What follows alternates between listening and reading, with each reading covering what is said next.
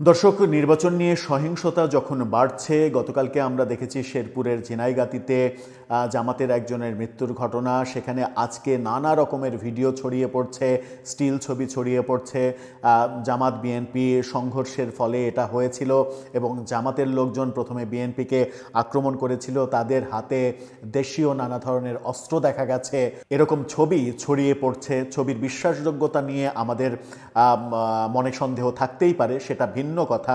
কিন্তু দুই দলই যেহেতু সংঘর্ষে লিপ্ত হয়েছিল এবং সেই সংঘর্ষ মৃত্যু পর্যন্ত গিয়েছে। আজকে দেখেছি আমরা নোয়াখালীতে বিএনপি এনসিপির সংঘর্ষ, সেখানে 10 জন আহত হয়ে হাসপাতালে গিয়েছে। এরকম একটা পরিবেশে ভয়ঙ্কর একটা খবর এসেছে গতকালকে এবং আজকে, এই 2 দিন মিলিয়ে। সেই ভয়ঙ্কর খবর হচ্ছে বাংলাদেশের আইনশৃঙ্খলা পরিস্থিতির চরম অবনতির জন্য আমেরিকা এবং ইংল্যান্ড, এই 2 দেশ, বিশ্বের এই 2 প্রভাবশালী দেশ বাংলাদেশে তাদের নাগরিকদের উপরে সতর্কতা জারি করেছে। যুক্তরাজ্য বাংলাদেশে ভ্রমণের উপরে নিষেধাজ্ঞা জারি করেছে, আর আমেরিকা বাংলাদেশে অবস্থিত তাদের নাগরিকদের এক ধরনের রেড অ্যালার্ট জারি করেছে। এই বার্তাটা বাংলাদেশের আইনশৃঙ্খলা পরিস্থিতির ওপরে একটা বড় ধাক্কা, যেখানে বাংলাদেশের স্বরাষ্ট্র উপদেষ্টা বারবার বলছেন আইনশৃঙ্খলা পরিস্থিতির কোনো অবনতি নেই, সব ঠিকঠাক আছে। চলুন একটু জেনে দেখি আমেরিকা কেন রেড অ্যালার্ট জারি করলো, যুক্তরাজ্য কেন তার নাগরিকদের বাংলাদেশে আসতে নিষেধ করছে। থাকবেন পলিটিক্স টিভির নিয়মিত আয়োজন। দর্শক, বলছিলাম বিশ্বের 2 প্রভাবশালী দেশ আমেরিকা এবং ইংল্যান্ড, এই 2 দেশ যে নির্দেশ জারি করেছে বাংলাদেশের ব্যাপারে, সেটা বাংলাদেশের জন্য একটা অশনি সংকেত। বাংলাদেশ এবং ভারতের 2 গণমাধ্যম এই 2টা খবর নিশ্চিত করছে। ভারতীয় গণমাধ্যম আনন্দবাজার, তারা বলছে, তাদের শিরোনামটা দেখে নিন, তারা বলছে নির্বাচনে অশান্তির আশঙ্কা, বাংলাদেশ মার্কিন নাগরিকদের সতর্ক করল ট্রাম্প প্রশাসন, জারি 7 দফা নির্দেশিকা। 7 দফা নির্দেশিকা জারি করেছে, এমনটা তারা বলছে। এই খবর তারা যখন দিচ্ছে, তখন বাংলাদেশের গণমাধ্যম যুগান্তর, তারা বলছে, তাদের শিরোনামটা দেখে নিন, তারা বলছে বাংলাদেশ ভ্রমণে সতর্কতা জারি যুক্তরাজ্যের।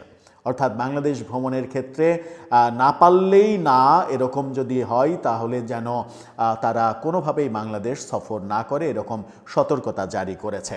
আগে আনন্দবাজারের খবরের দিকে যায়। আনন্দবাজার বলছে আগামী 12ই ফেব্রুয়ারি সাধারণ নির্বাচন, ওই দিন একই সঙ্গে জুলাই সনদ নিয়ে গণভোট, কিন্তু নির্বাচন ঘোষণার থেকেই উত্তপ্ত হয়ে উঠছে বাংলাদেশ। এই প্রেক্ষিতেই আসন্ন জাতীয় নির্বাচনে অশান্তির আশঙ্কা করছে ডোনাল্ড ট্রাম্প প্রশাসন। সেই আশঙ্কা থেকেই এবার সে দেশে থাকা, অর্থাৎ বাংলাদেশে থাকা আমেরিকার নাগরিকদের সতর্কতা জারি করল, বার্তা দিল ঢাকার মার্কিন দূতাবাস। নির্বাচনের আগে এবং নির্বাচনের সময়ে কি কি সতর্কতা অবলম্বন করা প্রয়োজন তা জানিয়ে 7 দফার নির্দেশনাও জারি করেছে তারা। আগামী 12ই ফেব্রুয়ারি সাধারণ নির্বাচন, একই দিনে গণভোট, কিন্তু নির্বাচন ঘোষণার পর থেকে উত্তপ্ত হয়ে উঠছে বাংলাদেশ। বিক্ষিপ্ত অশান্তির ঘটনাও ঘটছে। নির্বাচনের দিন যত এগিয়ে আসছে, বিক্ষোভ আন্দোলন ততই বাড়ছে। সেই সব বিক্ষোভের মাঝে সহিংসতাও চেহারাও নিচ্ছে। বাংলাদেশে থাকা সংখ্যালঘুদের উপরে অত্যাচারের অভিযোগ প্রকাশ্যে আসছে। কয়েকজন সংখ্যালঘু মানুষকে হত্যা করার অভিযোগে সরগরম বাংলাদেশ। সেই আবহে এবার বাংলাদেশে থাকা মার্কিন নাগরিকদের সতর্ক করল ট্রাম্প প্রশাসন। ঢাকায় মার্কিন দূতাবাসের তরফে কিছু সতর্কতা অবলম্বনের কথা বলা হয়েছে। জানানো হয়েছে নির্বাচনের সময় সহিংস ও উগ্রপন্থী হামলা হতে পারে, দুষ্কৃতকারীদের নজর থাকতে পারে বিভিন্ন ধর্মীয় স্থান। সেই সব বিষয়ে মাথায় রেখে মার্কিন নাগরিকদের সতর্কতা অবলম্বন করা উচিত। শান্তিপূর্ণ বিক্ষোভ থেকে অশান্তি ছড়ানোর আশঙ্কা রয়েছে। মার্কিন নাগরিকদের উচিত অশান্তি এড়িয়ে চলা, যে কোনো ধরনের সভা সমাবেশ থেকে নিজেদের দূরে রাখা উচিত বলে মনে করছে মার্কিন দূতাবাস। নির্দেশিকায় আরও জানানো হয়েছে নির্বাচনের কথা মাথায় রেখে আগামী 10 ফেব্রুয়ারি থেকে বাংলাদেশে বাইক চালানোর উপরে নিষেধাজ্ঞা জারি করেছে সে দেশের সরকার। আগামী 11 এবং 12ই ফেব্রুয়ারি সব রকম যানবাহনের উপরে একই নির্দেশিকা বলবৎ থাকবে। সেই বিষয়টি মাথায় রেখে বাংলাদেশে থাকা আমেরিকানদের সীমিত পরিষেবা প্রদান করবে ঢাকার মার্কিন দূতাবাস। বাংলাদেশে থাকা মার্কিনীদের উদ্দেশ্যে ট্রাম্প প্রশাসনের পরামর্শ, বড় জনসমাগম বা বিক্ষোভ এড়িয়ে চলুন, সর্বদা আশেপাশের পরিবেশ সম্পর্কে সচেতন থাকুন, স্থানীয় সংবাদ মাধ্যম কী ধরনের সংবাদ পরিবেশন করছে সেদিকে নজর রাখুন, জরুরি ভিত্তিতে যোগাযোগ করার জন্য নিজের মোবাইল সবসময় চার্জ দিয়ে রাখার পরামর্শ দিয়েছেন তারা, অশান্তি এড়িয়ে কিভাবে যাতায়াত করা সম্ভব তা নিয়ে পর্যালোচনা করার বার্তাও দিয়েছে তারা। অনেক কথা বলেছে মার্কিন নাগরিকদের উদ্দেশ্যে। এই কথা যখন মার্কিন দূতাবাস থেকে আসছে তখন যুক্তরাজ্যের ব্যাপারে যুগান্তর বলছে নিজ দেশের নাগরিকদের বাংলাদেশে ভ্রমণে সতর্কতা জারি করেছে যুক্তরাজ্য।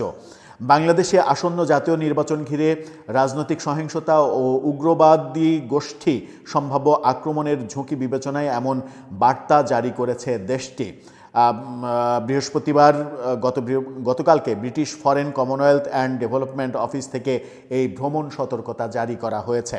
নোটিশে বলা হয়েছে এফসিডিও পরামর্শের বিরুদ্ধে ভ্রমণ করলে সংশ্লিষ্ট ব্যক্তির ভ্রমণ বিমা বাতিল হয়ে যেতে পারে। দেশটি তার নাগরিকদের জানিয়েছে যে ভ্রমণের ক্ষেত্রে সাবধানতার সঙ্গে পরিকল্পনা ও স্থানীয় কর্তৃপক্ষের পরামর্শ অনুসরণ করা উচিত। এছাড়া এফসিডিও বাংলাদেশের বিভিন্ন অংশে অত্যাবশ্যকীয় ভ্রমণ ছাড়া সব জায়গায় ভ্রমণ না করার নির্দেশনাও দিয়েছে। নোটিশে পার্বত্য চট্টগ্রামের 3 জেলায় অত্যাবশ্যকীয় ভ্রমণ ব্যতীত সব ধরনের ভ্রমণ না করার নির্দেশও দিয়েছে। অর্থাৎ বাংলাদেশ সম্পর্কে এই দুই দেশ এক ধরনের রেড অ্যালার্ট জারি করল। এটার মিনিংটা এটাই দাঁড়ায় যে বিশ্বের প্রভাবশালী এই দুই দেশ মনে করছে বাংলাদেশে তাদের নাগরিকদের নিরাপত্তা বিঘ্ন ঘটতে পারে। নিরাপত্তা বর্তমানে বাংলাদেশের যে পরিস্থিতি তাতে তাদের নিরাপত্তা নেই এরকম ভাবনা তাদের, সেই ভাবনা থেকেই তাদের নাগরিকদের উপরে এরকম নির্দেশনা জারি করলো। যুক্তরাষ্ট্র আমরা দেখেছি যে বাংলাদেশের নির্বাচনে পর্যবেক্ষক পাঠাচ্ছে না, যুক্তরাজ্য পাঠাচ্ছে কিনা এখন পর্যন্ত আমরা নিশ্চিত নই। আজকে সরকারের তরফ থেকে জানানো হয়েছে মাত্র 16টা দেশ পর্যবেক্ষক পাঠাচ্ছে। এটা কিন্তু একটা বড় ব্যাপার। মাত্র 16টা দেশ, বিশ্বের এত দেশের মাঝে মাত্র 16টা দেশ পর্যবেক্ষক পাঠাচ্ছে বাংলাদেশের নির্বাচনে, যখন কিনা আমাদের সরকার প্রধান নোবেলজয়ী বিশ্ববরেণ্য প্রফেসর ইউনূস, যিনি নিজেই একটা সাইনবোর্ড বাংলাদেশ সরকারের পক্ষ থেকে প্রেস উইং বারবার বলেছে যে প্রফেসর ইউনূসের কাছে ছুটে আসতে চায় বিশ্ববাসী। ছুটে আসার নজির আমরা দেখছি, তাদের কথাতেই আজকে আমরা জানতে পারলাম মাত্র 16টি দেশ পাঠাচ্ছে বাংলাদেশের নির্বাচনে পর্যবেক্ষক, যার মধ্যে নেই আমেরিকার মতো মহা পরাক্রমশালী দেশ যারা কোনো পর্যবেক্ষক পাঠাচ্ছে না। সেই ক্ষেত্রে আগামী নির্বাচনটা কতটা গ্রহণযোগ্য করতে পারে সরকার, সেটাই এখন দেখার বিষয়। দর্শক, আপনার মতামত এ ব্যাপারে জানিয়ে লিখতে পারেন আমাদের কমেন্ট বক্সে।